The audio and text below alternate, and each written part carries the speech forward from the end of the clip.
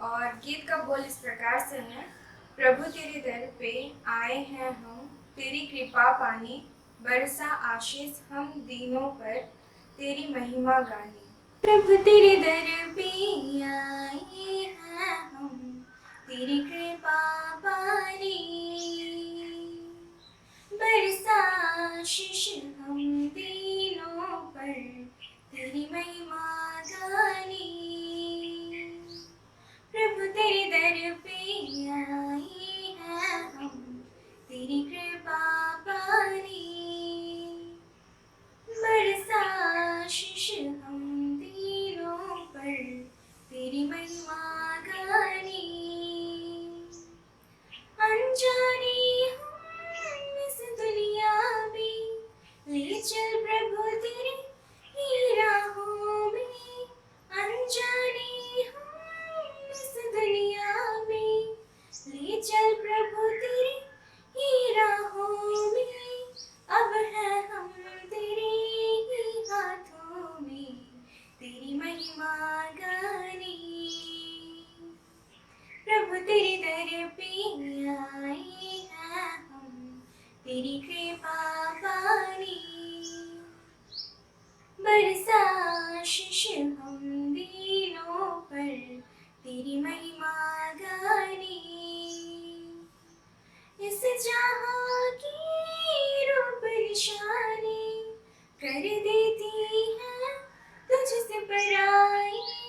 इस जहाँ की रूप निशानी कर देती है तुझसे पराई।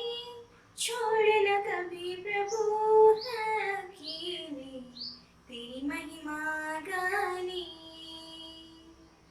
प्रभु तेरे दर पे आए हैं हम, तेरी कृपा पाने,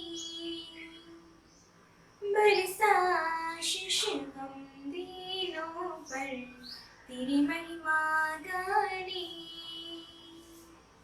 तेरी इच्छा हमको बतला जा, कि बनाए तुझे मन का राजा। तेरी इच्छा हमको बतला जा, कि बनाए तुझे मन का राजा। अब न कर हमें हम हैं तेरे, तेरी महिमा गाने। प्रभु तेरे दर पे आए हैं हम, तेरी कृपा पाने, बरसा आशीष हम दीनों पर, तेरी महिमा गाने, तेरी महिमा गाने। आइए हम अपना विश्वास दर्पण को मान लेके यूं कहें। मैं विश्वास करती हूँ परमेश्वर पिता पर, जो स्वर्ग और पृथ्वी का सर्वशक्तिमान सृजनहार है, और उसके इकलौते पुत्र अपने प्रभु यीशु ख्रिस्त पर, जो पवित्र आत्मा से गर्भ में आया, कुंवारी मरियम से उत्पन्न हुआ, पांतियुस पिलातुस की आज्ञा से क्रूस उठाया, क्रूस पर चढ़ाया गया, मर गया और गाड़ा गया, पाताल में उतरा, तीसरे दिन मृतकों में से जी उठा, स्वर्ग पर चढ़ गया और परमेश्वर सर्वशक्तिमान पिता के दाहिने हाथ पर बैठा है, जहाँ से वह जीवितों और मृतकों का विचार करने को फिर आएगा। मैं विश्वास करती हूँ पवित्र आत्मा पर, एक ही पवित्र क्रिस्तानी कलीसिया, पवित्रों की संगत पर, पापों की क्षमा, देखी जी उठने और अनंत जीवन पर। आमीन। Are you ready? Oh, yes, yes, yes. रेलगाड़ी आए छुक छुक गाड़ी जाए, रेलगाड़ी आए छुक छुक गाड़ी जाए। यीशु मेरा ड्राइवर वही मेरा मास्टर, यीशु मेरा ड्राइवर वही मेरा मास्टर। उस गाड़ी में बैठने से कोई डर नहीं, उस गाड़ी में बैठने से कोई डर नहीं। रेलगाड़ी आए छुक छुक गाड़ी जाए,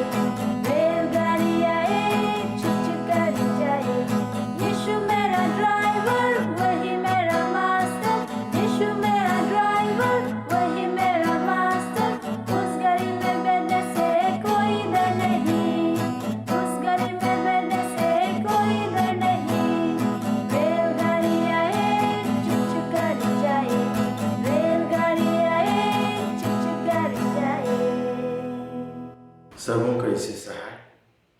कैसे हैं आप सभी को? आशा करता हूँ परमेश्वर की दया से आप सभी को अच्छे होंगे और परमेश्वर की दया से मैं भी ठीक ठाक हूँ। और परमेश्वर को धन्यवाद देना चाहूँगा कि आज इस समय आप लोग और मैं परमेश्वर के दया से जीवितों के बीच में पाए जाते हैं। सच में उसका प्रेम महान है। तो आइए इस क्लास को शुरू करने से पहले उस महान ईश्वर को याद करेंगे और छोटी सी प्रार्थना करेंगे, क्योंकि वचन कहता है कि तू जो कुछ भी करना उसी का नाम लेके करना तो तुम्हारा सारा काम हो जाएगा। तो आइए हम उस महान ईश्वर को याद करेंगे और प्रार्थना में जाएंगे। और जब हम प्रार्थना में जाते हैं सभी को अपने आंखों को बंद करेंगे और उस महान ईश्वर की ओर, यीशु मसीह के पवित्र आत्मा की ओर ध्यान को लगाएंगे। आइए हम प्रार्थना करेंगे। पिता पुत्र पवित्र आत्मा के नाम से आमीन। धन्यवाद एक महान सामर्थ्य परमेश्वर पिता, इस घड़ी हम इतने लोग प्रभु जी मिलकर एक मन होकर तेरे चरण में आते हैं और आपके नाम को महिमा देते हैं, तेरे नाम की जय जयकार करते हैं। हाँ प्रभु जी, तेरे नाम की स्तुति गान करते हैं, क्योंकि तू यही चाहता है कि हम तेरी सिर्फ और सिर्फ महिमा करने पाए और इसीलिए तूने हमें बनाया है। हाँ प्रभु जी, सारा महिमा आदर गौरव प्रशंसा प्रभु जी आपको देते हैं, क्योंकि इस पूरे ब्रह्मांड में इसके योग्य आपके सिवा और कोई नहीं है। आप ही जीवता परमेश्वर है। धन्यवाद हो प्रभु जी। हाँ प्रभु जी, आप हमसे इतना प्रेम करते हैं प्रभु जी। उस महान प्रेम के कारण प्रभु जी यीशु मसीह को आपने क्रूस पर बलिदान किया, उस लहू के द्वारा कि हम छुटकारे को पा सके, उद्धार को पा सके। प्रभु जी, इस घड़ी हम जितने कोई भी हैं एक साथ एक मन कर होकर हैं आपके चरण में आते हैं और अपने सारे पाप दोष गुनाहों को तेरे सम्मुख मान लेते हैं। हमारे पापों को क्षमा कर प्रभु जी और हमें सुधर पवित्र कर। धन्यवाद हो प्रभु जी कि आपने हमें यीशु मसीह के लहू के द्वारा अपना संतान होने का अधिकार दिया। Thank you lord. प्रभु जी, इस घड़ी हम एक मन होकर आपके पुकारते हैं प्रभु जी, हमारे बीच में अपनी उपस्थिति को दीजिए। हाँ प्रभु जी, उपस्थिति को दीजिए, क्योंकि इस समय में हम आपके वचनों को सुनने जा रहे हैं, उसमें मनन करने जा रहे हैं। प्रभु जी, इस वचन में जो कुछ भी आपने कहा है उसको हम अच्छी रीति से समझने पाए। इसके लिए जो भी उदाहरण होगा प्रभु जी उसको गहराई से हम समझने पाए और तेरी आज्ञा को, तेरा वचन में जो कुछ भी आपने कहा है प्रभु जी उसे अच्छी रीति से समझने पाए और अपने हृदय में रखकर अपने जीवन को व्यतीत करने पाए। हर एक को तो समझ की आत्मा देना, मेरे मुख को खोलना प्रभु जी, और मेरे मुख के जरिए तो ही बोलना, ताकि हर एक शब्द सरल रूप से हर किसी को समझ में आने पाए। Thank you Lord. आप प्रभु जी धन्यवाद आपकी उपस्थिति देने के लिए। सारा आदर महिमा गौरव प्रशंसा आपको देते हैं। प्रार्थना यीशु मसीह हम आपके नाम से मांगते हैं, आमीन। फिर से मैं आप सबों को इस संडे स्कूल की इस क्लास में आप लोगों को स्वागत करता हूं। जैसे कि आज का जो विषय है वो साउल के मृत्यु के बारे में है। जैसे कि हम लोग जानते हैं कि जब से नए सेशन का क्लास शुरू हुआ है तब से हम लोग साउल के विषय में ही पढ़ते जा रहे हैं। पिछले क्लास में हमने देखा था कि साउल का पतन कैसे होता है। उस क्लास में हमने एक कहावत को कहा था, विनाशकाली विपरीत बुद्धि। जैसे कि परमेश्वर ने जब उसको छोड़ दिया तो उसकी बुद्धि भी चली गई और वो परमेश्वर को छोड़कर किसके पास चला गया? भूत सिद्धि करने वालों के पास। और उस क्लास में मैंने आपको एक स्थल वचन को दिया था। क्या आपको याद है? याद है? याद है? अगर याद नहीं है तो मैं आपको याद दिलाना चाहूंगा। व्यवस्था विवरण उसका 18 अध्याय का 12 पद। व्यवस्था विवरण उसका 18 अध्याय का 12 पद। इसमें लिखा है कि परमेश्वर के सामने घृणित काम करने वाले परमेश्वर छोड़ देता है। जब हम 10 अध्याय 10 पद से पढ़ेंगे तो उस चीज को हम पाएंगे कि क्या क्या घृणित कार्य परमेश्वर की दृष्टि में है। और उस चीज़ों को हम उस पिछले क्लास में बहुत सारे चीज़ों को हमने जानने पाया कि क्या क्या घृणित कार्य थे। और आज का जो क्लास है साउल के मृत्यु के बारे में। जैसे कि हम लोग पिछले क्लास में देखे कि साउल का पतन होना शुरू हुआ और जब उसने परमेश्वर का आज्ञा को नहीं माना, उसको नहीं पूछा, तो परमेश्वर ने भी उसको छोड़ दिया। और उसका परिणाम उसका परिणाम क्या हुआ आज हम लोग देखेंगे कि साउल की मृत्यु हो गई। कैसे मृत्यु हुई, इसके लिए हम लोग बाइबल को खोलेंगे। मुझे विश्वास है कि आप सभी को बाइबल को पकड़े हैं ना बाइबल को, विश्वास है मुझे। अगर नहीं पकड़े हैं तो साथ में पकड़ के बैठिए, क्योंकि क्लास के समय बाइबल बहुत ही ज़रूरी है। तो आइए हम लोग खोलेंगे पहला शमूएल की किताब, उसका 31 पद। पहला शमूएल उसका 31 पद को, जिसमें साउल के मृत्यु के बारे में दिया गया है पूरा डिटेल्स के साथ। आइए हम लोग इस समय उस अध्याय को पढ़ेंगे, कुछ समय देंगे। अगर आप वीडियो को देख रहे हैं तो मैं आपसे अनुरोध करूंगा कि इस अध्याय को आप कम से कम 5 मिनट तक गौर से पढ़ें। बहुत बहुत धन्यवाद इस अध्याय को पढ़ने के लिए। और मुझे विश्वास है आप बहुत ही गहराई और अच्छी रीति से उसको पढ़ा होगा कि कैसे साउल का मृत्यु होता है। इससे पहले हम लोग पिछले क्लास में जाएंगे, जब हम साउल का पतन के बारे में देखते हैं। पहला शमूएल उसका 28 अध्याय में माफ कीजिएगा, 29 अध्याय में साउल का पतन कैसे शुरू हुआ, उसके लिए हम लोग जाएंगे। दूसरा शमूएल उसका 29 पद में, उससे पहला पद में लिखा है कि फलिस्तियों ने अपनी समस्त सेना को आपेक में इकट्ठा किया और इस्राएल के निकट के सोते के पास डेरे डाले हुए थे। मतलब कि वे इस्राएलियों के ऊपर चढ़ाई करने जा रहे थे, उनसे लड़ाई करने जा रहे थे। और साउल को जब यह बात पता चली तो वो भी अपने सैन्य बल को लेकर वो भी तैयार हो गया उनसे लड़ने के लिए। और वो जहाँ पर डेरा डाला हुए थे वहीं पर वो लोग गए। और उस समय की बात है कि जैसा कि हम लोग जानते हैं कि शाऊल दाऊद को मारना चाहता था। और दाऊद कहाँ पर था? फलिस्ती, जो फलिस्ती इसराइलियों के ऊपर चढ़ाई करने जा रहा था वही देश में था। अगर हम लोग उसका 29 अध्याय में अगर देखते हैं तो हम पाएंगे कि दाऊद कैसे फलस्तीन नगर में पहुंचता है। 29 अध्याय उसका 28 अध्याय 27 अध्याय में भी अगर हम लोग पाएंगे पढ़ेंगे तो उसमें भी हम लोग पाएंगे कि दाऊद फलस्तीन को जाता है और वहाँ पर रहता है। और जब फलिस्ती इसराइल के ऊपर चढ़ाई करने जाते हैं तब सब कोई जान लेते हैं कि दाऊद भी इसराइली है।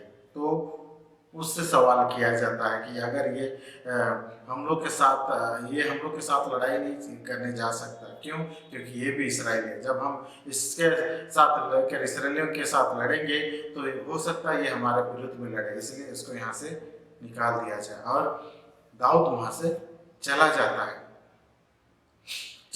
है। उसके पश्चात फलिस्ती लोग इसराइल की ओर कूच करते हैं और लड़ाई करने के लिए तैयार होते हैं। जब साउल सामने होता है, फलिस्ती लोग सामने होते हैं, लड़ाई शुरू होती है। और लड़ाई बहुत ही भयानक और जोरदार रहती है, इतना जोरदार। पिछले क्लास में लोग देखे कि साउल कैसे भयभीत हो जाता है फलिस्तीनियों की सेनाओं को देख के। फिर भी वो हिम्मत नहीं हारता है और लड़ाई करने के लिए तैयार हो जाता है। और बहुत जोरदार लड़ाई होता है, इतना जोरदार लड़ाई होता है। लेकिन परमेश्वर साउल को छोड़ देने के कारण साउल हारने लगता है, फलिस्ती विजय होने लगते हैं। अगर हम लोग 31 अध्याय को देखेंगे उसका दूसरा पद में इसमें लिखा है, फलिस्ती साउल और उसके पुत्रों के पीछे लगे रहे और फलिस्तियों ने साउल के पुत्र योनातान, अबीनादाब और मलकिस को मार डाला। यहाँ पर हम लोग पाते हैं कि साउल के पुत्रों का मृत्यु होने लगा, फलिस्तीनियों से मार डाला। उसके बाद तीसरे पद में अगर देखते हैं तो साउल के साथ भी उन लोग का बहुत जोरदार लड़ाई होता है, क्योंकि साउल बहुत बड़ा शूरवीर था, लड़ने वाला इंसान था। परमेश्वर उसको बनाया था वैसे ही, वो भी बहुत जोरदार लड़ाई हो, लेकिन परमेश्वर साउल को छोड़ देने के कारण वो थोड़ा सा कमजोर हो गया, पलिश्ती उसके ऊपर भारी पड़ने लगे। ये देख साउल भागने लगा और उसका जो हथियार ढोने वाला एक व्यक्ति उसके साथ रहता था, दोनों साथ में भागने लगे। जब उसे पता चल गया कि मैं अब जीत नहीं सकता, तो अपने हथियार ढोने वाले से वो कहता है कि मुझे मार डाल, परंतु हथियार ढोने वाला कहता है कि मैं तुझे मार नहीं सकता। तो पहले साउल क्या करता है, अपना ही तलवार खुद ही सीधा खड़ा करके उसके ऊपर ही गिर जाता है और वह मर जाता है। ये देख उसका हथियार ढोने वाला वो भी उसी तरह से करता है। इस तरह से साउल की मृत्यु हुई। साउल जिस तरह से मरा उसको हम लोग क्या कहेंगे, आत्महत्या ही कहेंगे कि खुद को मार डाला, जो कि परमेश्वर के नजर में एक पाप है जिसका कोई क्षमा नहीं है। और पर साउल ने यह पाप को किया। साउल तो शुरू से ही पाप करते आ रहा था, जब से उसने दाऊद के मारने के विषय में सोचा, जब से उसने दाऊद को मारने के विषय में सोचा और उसने दाऊद की सहायता करने वालों को कितने लोगों को मरवा डाला, परंतु दाऊद के साथ परमेश्वर रहा, उसके बचाया।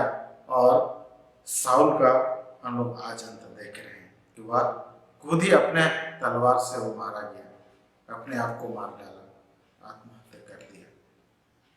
पिछला क्लास में जो मैंने कहावत कहा था कि विनाश काले विपरीत बुद्धि, और उसी के कारण वो साउल की मृत्यु हुई। तो आज के इस साउल के इस अध्याय से हम लोग अगर देखते हैं तो परमेश्वर को हमें कभी नहीं छोड़ना चाहिए। हर बात के लिए परमेश्वर से पूछना चाहिए, हर बात के लिए, चाहे वो छोटी से छोटी क्यों ना हो। हर कदम हमें परमेश्वर से पूछ के बढ़ाना चाहिए, जैसे दाऊद ने किया। साउल हर समय दाऊद को मारना चाह रहा था, परंतु वो मार नहीं सका। क्यों? क्योंकि दाऊद हमेशा परमेश्वर को पूछता था और उसके अनुसार कार्य करता था, और परमेश्वर उसको बताता था तू ऐसा कर वैसा कर। चाहे वो डायरेक्ट बात करके, आवाज के द्वारा, या फिर किसी के द्वारा, या उसके मन में इस बात को डाल के साउल से वो खुद को बचाता था। दाऊद उसकी इच्छा के अनुसार वो चलता था, वो जान जाता था कि परमेश्वर की ओर से है और उसी के पीछे वो चलता था। और आज हम लोग पाते हैं कि साउल ने कभी अपना मन नहीं फिराया, वो उसी क्रोध के पीछे लगा रहा, जबकि परमेश्वर कहता है क्रोध मत करो, और उसने वो क्रोध किया, ईर्ष्या किया। परमेश्वर कहता है ईर्ष्या मत करो, उसने ईर्ष्या किया और दाऊद को हत्या करने के बारे में सोचा, जबकि परमेश्वर ऐसा नहीं चाहता। खैर, साउल और दाऊद तो एक के राज्य के राजा और कर्मचारी के रूप में जाने जाते हैं, लेकिन परमेश्वर कहता है अपने भाई से भी तुम बैर मत करना। अगर तुम बैर करते हो तो अपने भाई के तुम हत्यारे कहलाते हो। परमेश्वर ऐसा कहता है, और यह वचन हमें मिलता है पहला यूहन्ना 3 अध्याय उसका 15 पद में। आइए हम लोग खोलेंगे पहला यूहन्ना उसका 3 अध्याय उसका 15 पद। उसमें ऐसा लिखा है, जो कोई अपने भाई से बैर रखता है वह हत्यारा है, और तुम जानते हो कि किसी हत्यारे में अनंत जीवन नहीं रहता। धन्यवाद हो प्रभु जी इतना सुंदर वचन देने के लिए। किसी भी हत्यारे में अनंत जीवन नहीं रहता, जो कि साउल ने किया। दाऊद के कितने सारे सहयोगियों को मरवा डाला, मार डाला, और यहाँ तक कि दाऊद को भी वो मारना चाहा, उसके विरुद्ध में वो बैर किया। दाऊद के लिए उसके मन में बैर था, उसे मारना चाहता था, ईर्ष्या था, जो कि परमेश्वर नहीं चाहता था, पहला यूहन्ना 3:15 के अनुसार। खैर साउल और दाऊद तो एक राज्य कर्मचारी के रूप में देखे जाते थे, लेकिन परमेश्वर के दृष्टि में लोग दोनों भाई हैं। आज भी हम लोग अपने भाई के प्रति प्रेम भाव रखते हैं क्या? बहुत ही कम रहता है। उसके प्रति बैर रहता है, उसके कामों के ये करते हैं, उसके क्या बोलेंगे, उसको मतलब प्रेम नहीं करते, उसके कार्यों के ऊपर दोष लगाते हैं, अच्छे भाव से नहीं वरन बुरे भाव से, कि वो हट जाए तो अच्छा है। लेकिन परमेश्वर ऐसा नहीं चाहता। वो चाहता है कि एक दूसरे के साथ प्रेम करो, एक दूसरे के साथ प्रेम करो। हमने पिछले क्लास में एक वचन को याद करने में बोला था, याद है आप लोग को? अपने पड़ोसी से अपने समान प्रेम करो। परमेश्वर यही कहता है। आज के इस वचन में भी वही बात कहा है कि इनडायरेक्ट तरीके से, कि अपने भाई से बैर करोगे तो वह हत्यारा कहलाएगा, और हत्यारे में अनंत जीवन नहीं रहता। इस वचन को, इस बात को याद कर लीजिए, 1 यूहन्ना 3:15 के अनुसार। और अपने हृदय में जितने भी ईर्ष्या है, जितने भी बैर है, सबको निकाल फेंकिए, सिर्फ और सिर्फ प्रेम को बनिए। सिर्फ अपने भाई के लिए नहीं, हर किसी के लिए। और मैं इस वचन को आपको याद करने के लिए एनकरेज करूंगा कि इस वचन को आप हमेशा के लिए याद कीजिए, कंठस्थ कीजिए, अपने हृदय में रखिए और उसके अनुसार अपना जीवन को चलाइए। परमेश्वर यही तो चाहता है कि परमेश्वर जैसा प्रेम है वैसा ही प्रेमी हम भी बने। परमेश्वर इस छोटे से वचन पर आशीष दे। आइए हम लोग प्रार्थना करें। धन्यवाद, धन्यवाद एक महान सामर्थी परमेश्वर पिता, इस घड़ी हम तेरे चरणों में आते हैं और तुझे धन्यवाद देते हैं। प्रभु जी, इस सुंदर वचन को हमारे बीच में देने के लिए धन्यवाद।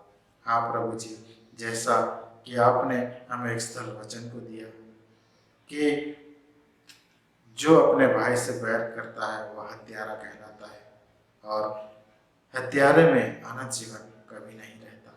और तूने हमें प्रभु जी अनंत जीवन के लिए चुना है, एक एक व्यक्ति को। इसलिए प्रभु जी हम उस हत्यारे की गिनती में नहीं गिने जाए। हाँ प्रभु जी, इसके लिए हम प्रार्थना करते हैं कि तू हमारे हृदय में अपने प्रेम को भरना।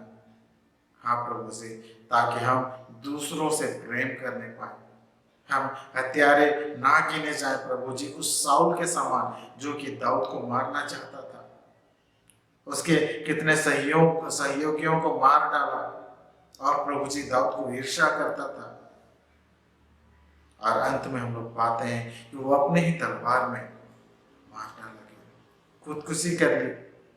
प्रभु जी, वो हत्यारा हम बनना नहीं चाहते।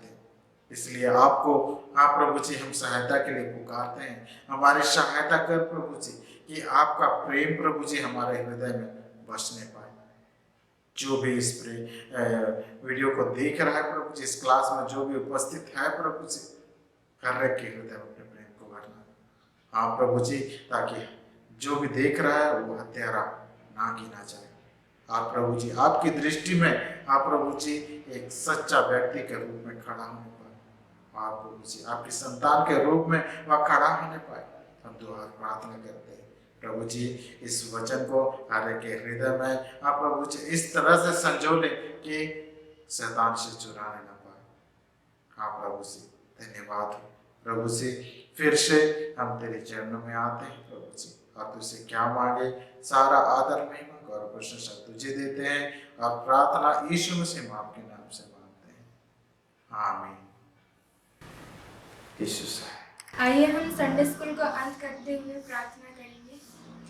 हे सर्वशक्तिमान दयालु पिता, इस घड़ी पिता हम एक संडे स्कूल होकर आपके चरणों में आते हैं। प्रभु जी धन्यवाद देते हैं पिता, आपने हमें बीते दिनों में सुरक्षित रखा, संभाला। आपने हमारी हर छोटे बड़े कार्य में आपने हमारी मदद और अगुवाई की। इस निमित्त पिता आपका बहुत बहुत धन्यवाद।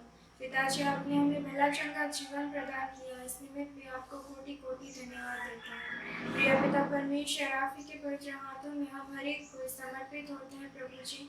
हम हर एक को आप ही संभालिए, हम हर एक के जीवन को आप ही आशीषित करें, और पिता परमेश्वर हम हर एक को आप ही पिता आप ही अपनी स्वर्गीय आशीषों से आशीषित करें ताकि प्रभु जी हम हर एक कोई आप ही की महिमा करते हुए इस जीवन को बिताने सकें। प्रिय पिता परमेश्वर, क्या छोटे क्या बड़े, हम हर एक कोई आप ही के पवित्र हाथों में समर्पित होते हैं। प्रभु जी आप ही हमें अपनी बुद्धि के भंडार से बुद्धि, ज्ञान, स्मरण शक्ति, समझ शक्ति से हमें आशीषित करें ताकि प्रभु जी हम अपने पढ़ाई के जीवन में हम अच्छे होने पाए और पिता परमेश्वर हम सफलता को प्राप्त करें।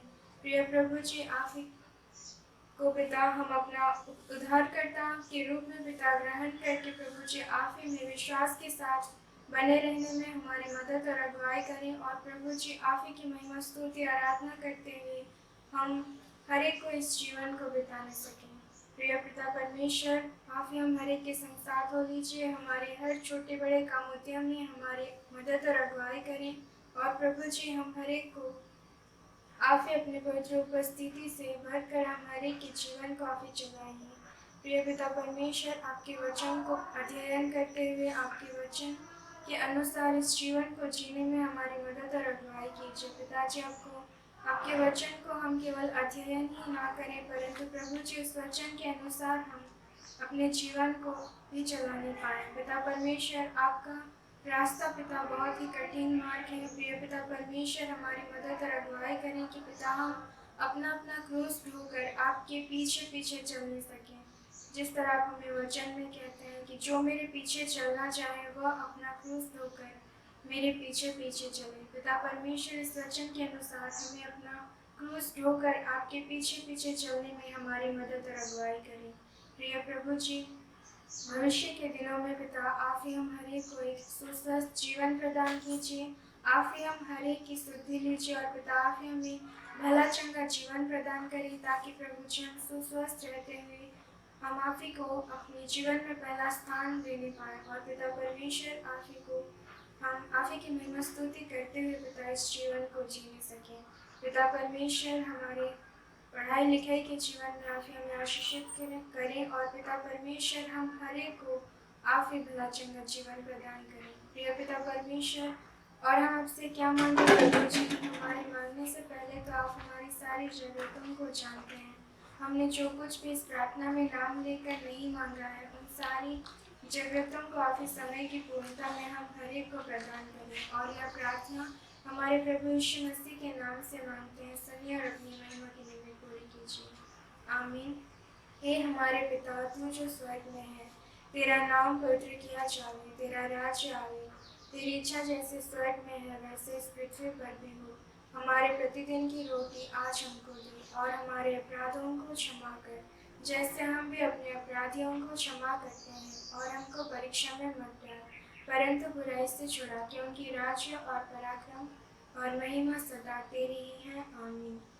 प्रभु शक्ति आती, शक्ति आती, शक्ति आती मुझे, तब मैं ज्योति दूंगा हर जगह हर समय। जब लोग तू न आवेगा, जब लोग न होवेगा, प्रभु शक्ति आती, शक्ति आती, शक्ति आती मुझे, तब मैं ज्योति दूंगा हर जगह हर समय। जब लोग तू न आवेगा, जब लोग न होवेगा।